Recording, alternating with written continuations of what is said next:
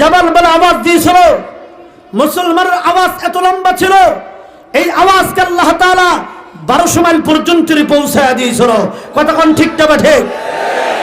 শুধু তাই নয়, মুসলমান মনে রাখতে হবে বলে গেলে চলবে না। আমরা এমন মুসলমানের সন্তান যে মুসলমানের লাঠির আঘাতে মদিনার ভূমিকম্প বন্ধ হইতে বাধ্য হয়েছিল। আমরা এমন মুসলমান উত্তরসূরি, আমরা এমন আকাবির উত্তরসূরি যে মুসলমান আফ্রিকার জঙ্গলের সামনে দাঁড়িয়ে ভাষণ দিয়েছিল। ভাষণ দেওয়ার সাথে সাথে আফ্রিকার জঙ্গলের হিংস্র প্রাণী মুসলমানের ভয়ে পালাতে বাধ্য হয়েছিল। শুধু তাই নয়, আমরা এমন মুসলমানের সন্তান, আমরা এমন মুসলমান উত্তরসূরি যে মুসলমান আল্লাহু আকবার স্লোগান দিয়েছিল, আল্লাহু আকবার তাকবীর দিয়েছিল। তাকবীর দেওয়ার সাথে সাথে গৌর গোবিন্দের দালান কোটা ভেঙে চুরমার হয়ে গিয়েছিল, ভেঙে চুরমার হয়ে গিয়েছিল।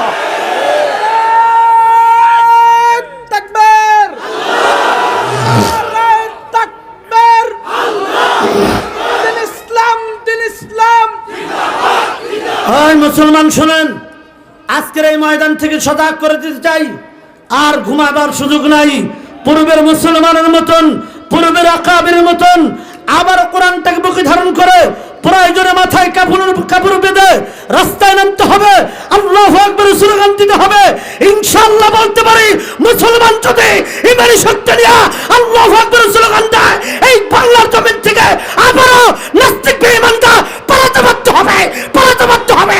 কথা বলছেন কিনা? মুসলমান মনে রাখতে হবে, আজকে মুসলমান ঘুমায় যাওয়ার কারণে নাস্তিক বেঈমানরা মনে করতেছে বাংলার জমিনে মুসলমান নাই। আজকের এই ময়দান থেকে একটু ঈমানি শক্তি দিয়া আল্লাহকে সাক্ষী রেখা একটু আওয়াজ দিয়ে বলা যাবে, বাংলার জমিনের মুসলমান এখনো মরে নাই। কথা বলেন ঠিক না বেঠা?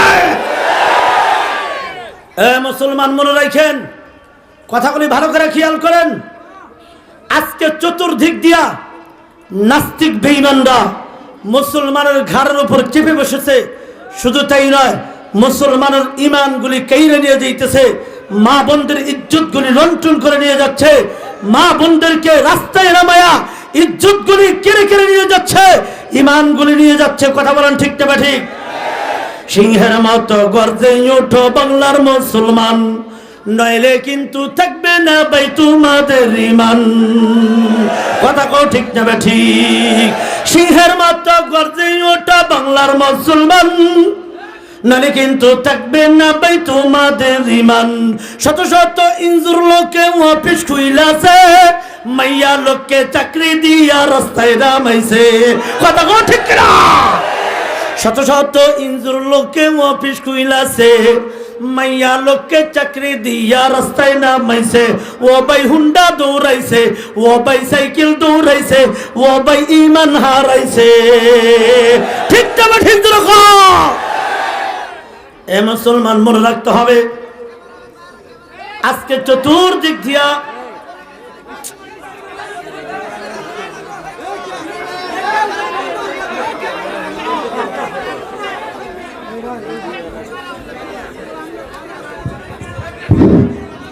সম্মানিত উপস্থিতি, আপনারা যদি ক্যামেরা রাখতে বলেন থাকবে, আর যদি রাখতে বলেন না থাকবে না।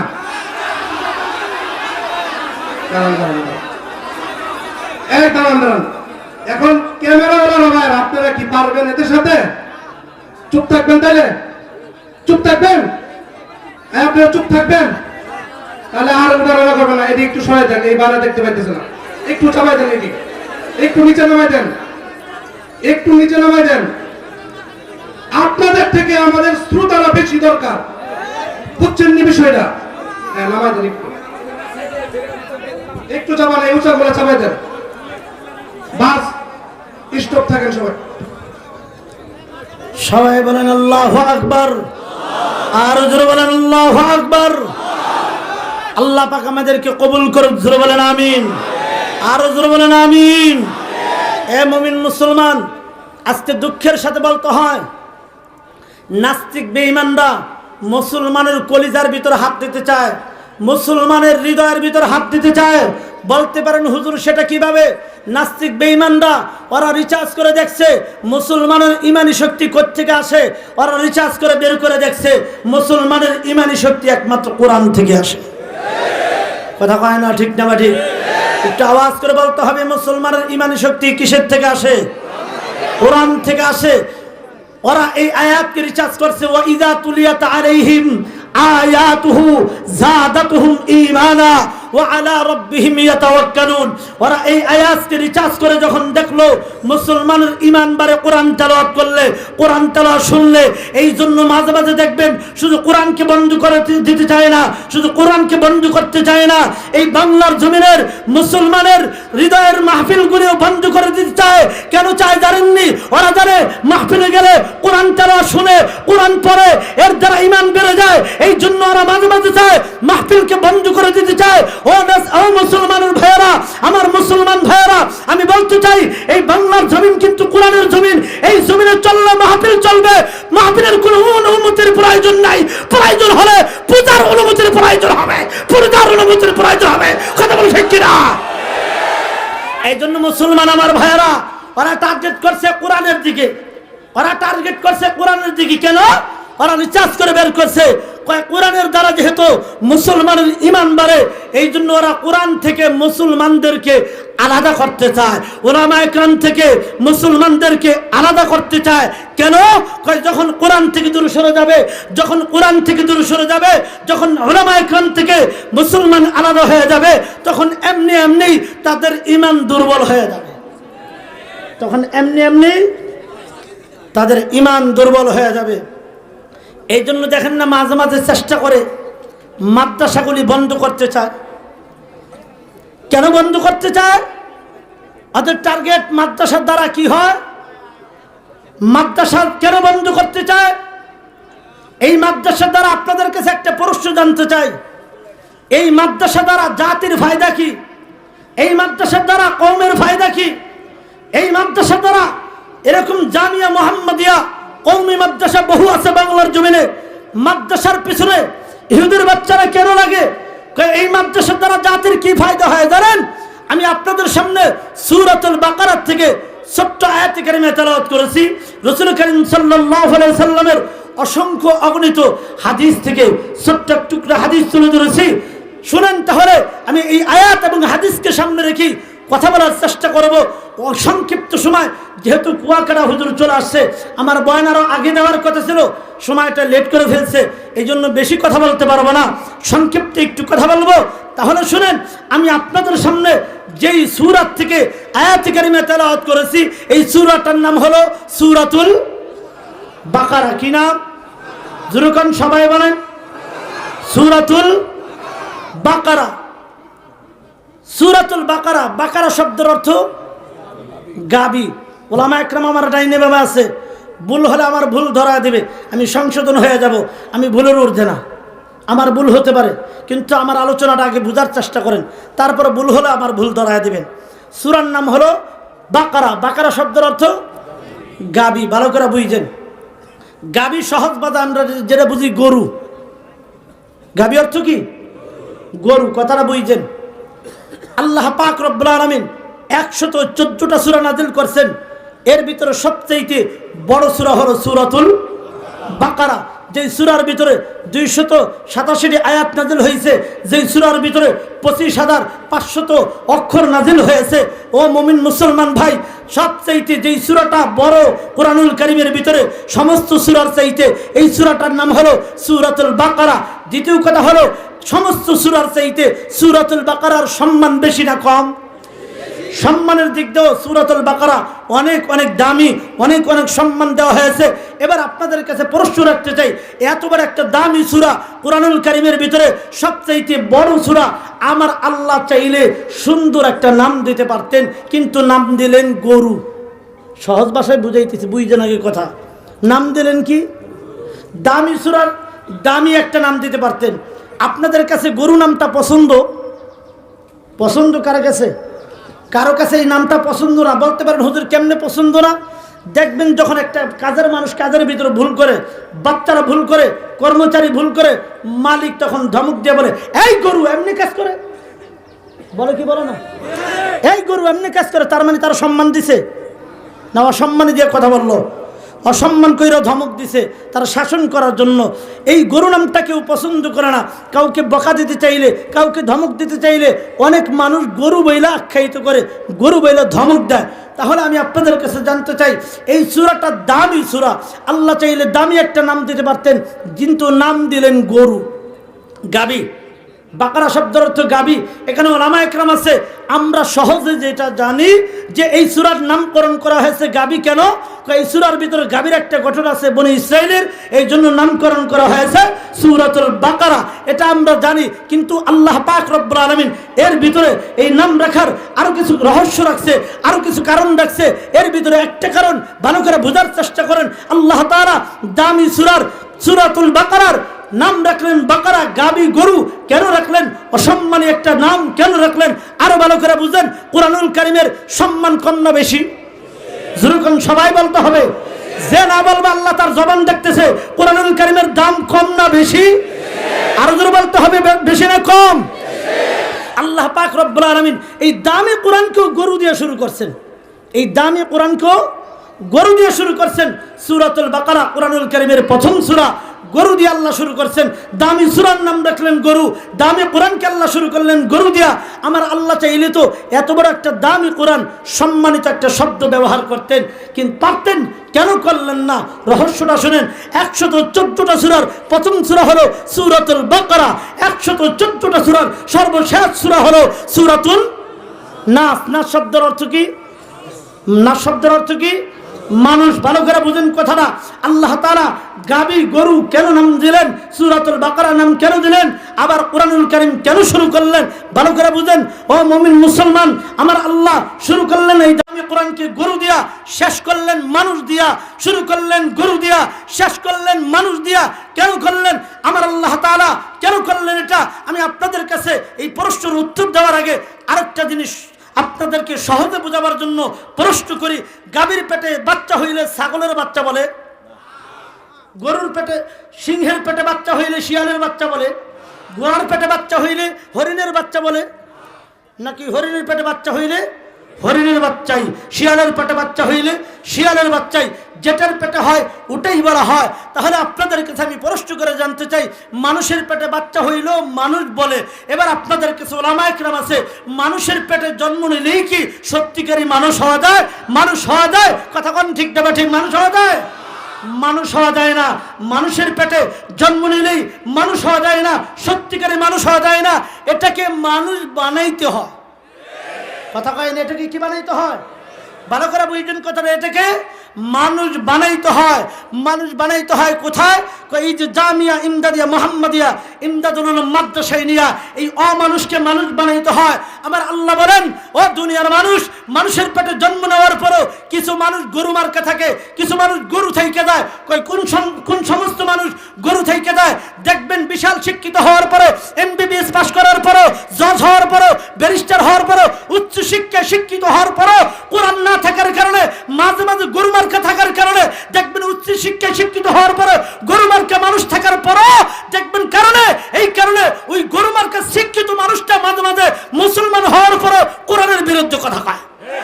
কথা কয় না? ঠিক তবে ঠিক যেরকম গরু থাকার কারণে, উচ্চ শিক্ষায় শিক্ষিত হওয়ার পরও গরু থাকার কারণে কোরআনের বিরুদ্ধে কথা বলে। যদি গরু না হইতো তাহলে এই মুসলমানের ঘরে জন্ম নেওয়ার পরে কোরআনের বিরুদ্ধে কথা বলতে পারতো না। এই জন্য আল্লাহ তাআলা বলেন, এ দুনিয়ার মানুষ, উচ্চ শিক্ষিত হইতে পারো, মানুষ হইতে পারো নাই, গরু থেকে দাও। এই জন্য আমি আল্লাহ তাআলা মানুষের পেটে জন্ম নেওয়ার পরে যারা গরু থাকে, এই গরু মানুষটাকে আমি আল্লাহ তাআলা এই জন্য বাকারা গরু দিয়ে শুরু করলাম। আমি আল্লাহ বুঝাই দিলাম, এই গরু মার্কা মানুষগুলি যখন এই জামিয়া ইমদাদুল উলুম যায়, যখন এই কোরআনুল কারীম খুইলা গরু দিয়া শুরু কইরা পড়তে পড়তে পড়তে পড়তে এই কোরআনুল কারীম পড়তে পড়তে শেষ পর্যন্তই, নাস পর্যন্তই, মানুষ পর্যন্তই পড়ে। এই গরু মার্কা মানুষটা যখন গরু দিয়ে শুরু কইরা নাস পর্যন্তই পড়ে, কোরআনের বরকতে এই গরুটারও আমি আল্লাহ সত্যিকারের মানুষ বানায় দেই। কথা বুঝাইতে পারেনি? কথা বুঝাইতে পারেনি? গরু মার্কা মানুষটারও আল্লাহ কোরআনের বরকতে কি বানায় দেয়? জোরে বলেন কি বানায় দেয়? আর জোরে বলতে হবে কি বানায় দেয়? এই জন্য বোঝা যায় এই জামিয়া ইমদাদুল মাদ্রাসা এরকম একটা না, হাজারো লক্ষ মাদ্রাসা আছে। অমানুষকে মানুষ বানায়, গরুটাও মানুষ বানায়। এই জন্য মাঝে মাঝে লাল চামড়ার দলের মাথা নষ্ট হয়ে যায়, ওই ইহুদির বাচ্চাদের মাথা নষ্ট হয়ে যায়, মাদ্রাসার দিকে মাঝে মাঝে লাল চোখ করে তাকায়। কথা কোন ঠিক না ঠিক? এই জন্য আমি আজকে ওদেরকে বলতে চাই, এই হাজারো জনতার ভিতরে, লক্ষ জনতার মাঝে, ওলামা ইকরামের মাঝে আমি সর্বশেষ একটা কথা বলে দিতে চাই, যারা এই জমিনের দিকে, কোরআনের দিকে হাত বাড়ায়, ওদের জানা আছে কিনা জানি না, এই বাংলার জমিন কিন্তু এমন একটা জমিন যেই জমিনের ভিতরে ঘুমিয়ে আছেন 360 আউলিয়া। এই বাংলার জমিন এমন একটা জমিন যেই জমিনের ভিতরে ঘুমিয়ে আছেন পীর হুজুর রহমাতুল্লাহ আলাইহি। এই বাংলার জমিন এমন একটা জমিন যেই জমিনের ভিতরে ঘুমিয়ে আছেন হাফিজ হুজুর রহমাতুল্লাহ আলাইহি। এই বাংলার জমিন এমন একটা জমিন যেই জমিনের ভিতরে ঘুমিয়ে আছেন নুরুদ্দিন গৌহরপুরী রহমাতুল্লাহ আলাইহি।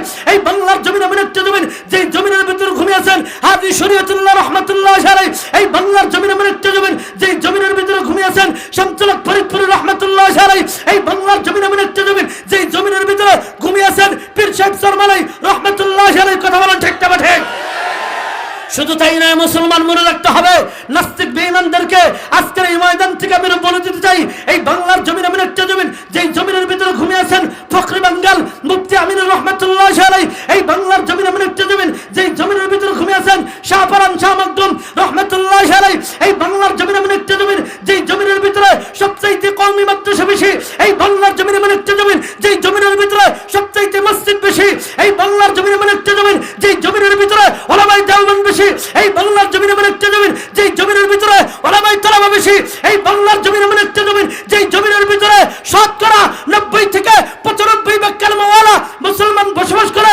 অতএব আজকের এই ময়দান থেকে লক্ষ জনতা নিয়ে আমি বলে দিতে চাই, এমন জমিনের দিকে, কোরআনের জমিনের দিকে, ওলির জমিনের দিকে, মুসলমানের জমিনের দিকে কোন নাস্তিকের বাচ্চা যদি হাত বাড়ায় ওর হাতকে ভেঙে দিতে হবে, ওর হাতকে ভেঙে দিতে হবে।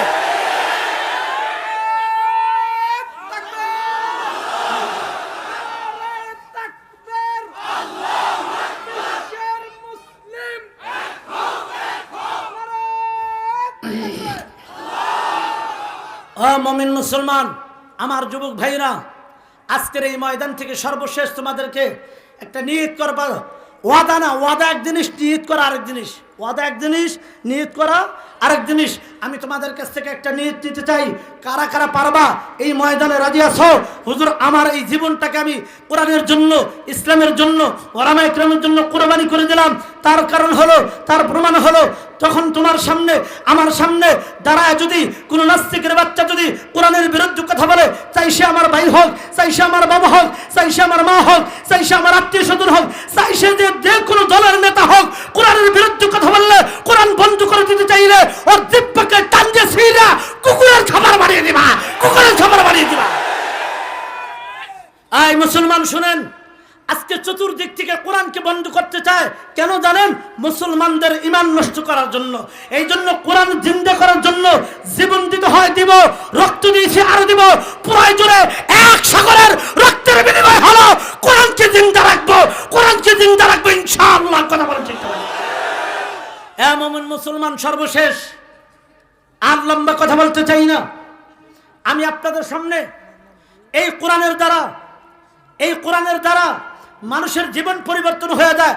আমাদের কোনো দাবি নাই, কোনো টার্গেট নাই, আমাদের একটাই দাবি, সকল মানুষের কাছে, সকল জনগণের কাছে একটাই দাবি, কোরআনের পক্ষে বিপক্ষে যেন কেউ কথা না বলে, কোরআনের বিপক্ষে যেন কেউ কথা না বলে। কথা কোন ঠিক না ঠিক? সব মেনে নিব, কোরআনের বিপক্ষে কথা বললে আমরা মানতে চাই না। কথা বল না কেন? ঠিক না ঠিক?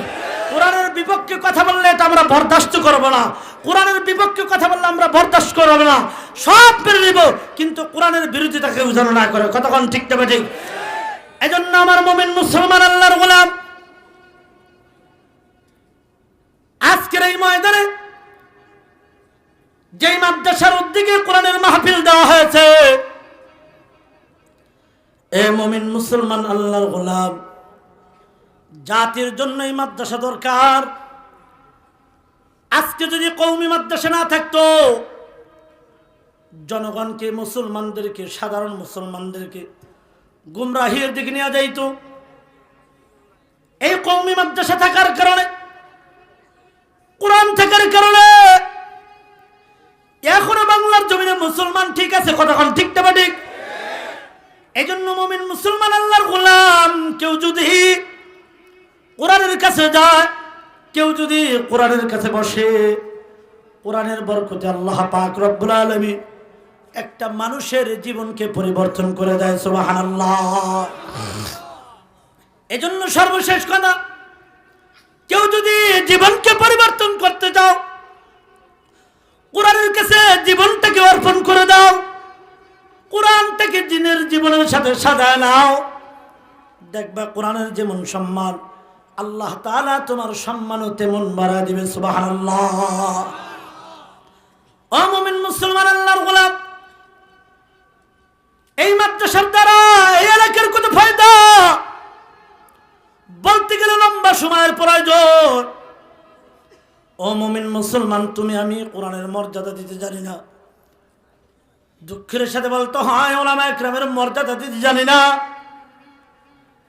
দেওবন্দ মাদ্রাসার শাইখুল হাদিস ইয়াকুব নানুতুবি রাহমাতুল্লাহি আলাইহি বহুত বড় একজন বুজুর্গ মানুষ, আল্লাহর ওলি।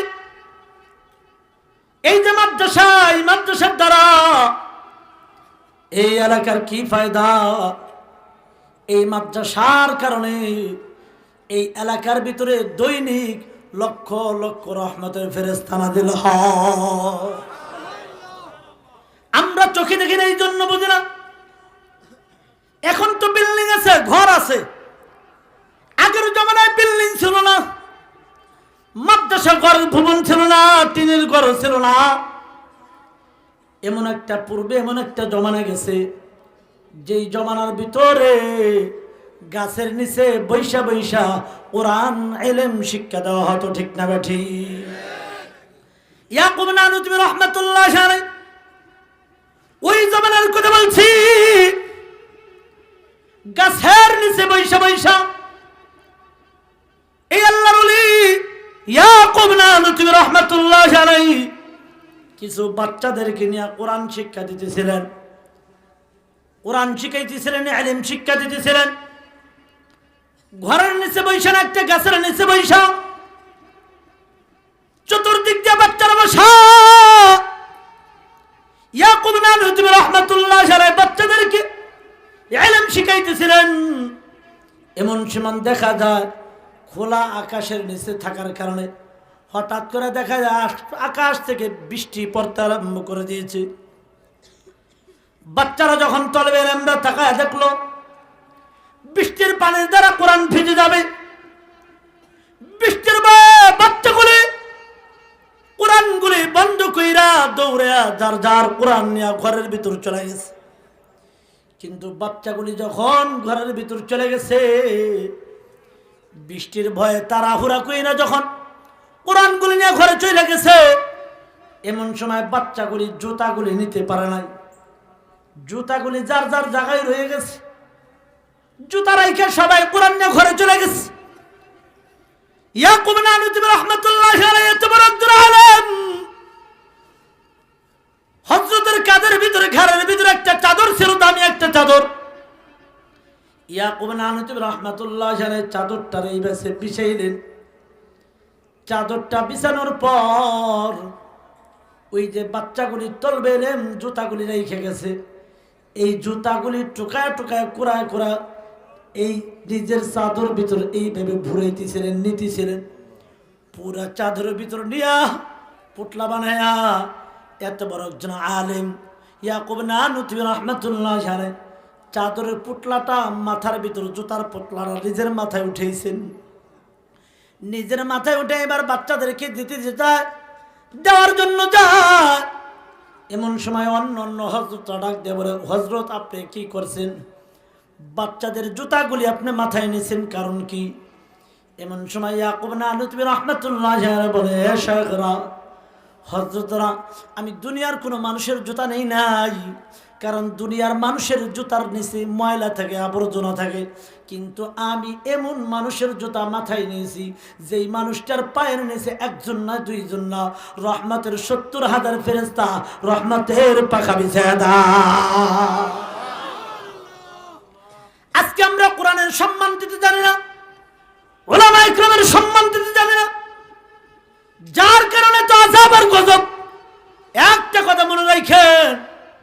ততদিন পর্যন্ত শান্তির আশা করা যায় না, যতদিন পর্যন্ত এ জাতি কোরআনের সম্মান দিতে না জানবে।